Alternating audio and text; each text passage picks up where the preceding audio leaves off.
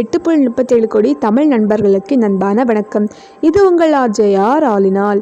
இன்றைக்கி நம்ம சேனலில் என்ன வீடியோ பார்க்க போகிறோன்னா, ஈஸியான குயிக்காக பண்ணக்கூடிய உருளைக்கிழங்கு மசாலா எப்படி பண்ணுறதுன்னு பார்க்கலாம். இது பண்ணுறதுக்கு என்னென்ன பொருட்கள்னு வாங்க பார்த்துடலாம். ஃபஸ்ட் நம்ம இது பண்ணுறதுக்கு தேவையான அளவு எண்ணெய் எடுத்துக்கோங்க. அதுக்கப்புறமா கடுகு, உளுத்தம் பருப்பு, சீரகம் இந்த மூணுத்தையும் மிக்ஸ் பண்ணி ஒரு 1/2 டேபிள் ஸ்பூன் அளவு எடுத்திருக்கேன். தென் கொஞ்சம் கருவேப்பிலை, ஒரு 2 பச்சை மிளகாய் நீளமாக கீரி எடுத்திருக்கேன். ஒரு பெரிய சைஸ் வெங்காயத்தை இப்படி சாப் பண்ணி எடுத்திருக்கேன். ஒரு கைப்படி அளவு கொத்தமல்லி இலை, தேவையான அளவு உப்பு, மஞ்சப்பொடி, 2 உருளைக்கிழங்கு அப்படி வேக வச்சு மசிச்சு எடுத்துக்கோங்க. இப்போ எப்படி பண்ணுறதுன்னு பார்க்கலாம். ஃபஸ்ட் நம்ம இது பண்ணுறதுக்கு ஸ்டவ் ஆன் பண்ணிடலாம்.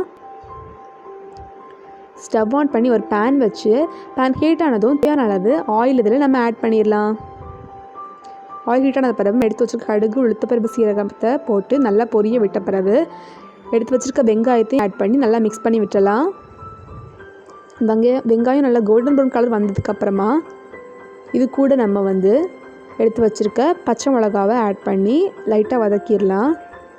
வதங்கினதுக்கப்புறமா எடுத்து வச்சுருக்க கருவேப்பிலையும் ஆட் பண்ணிடலாம்.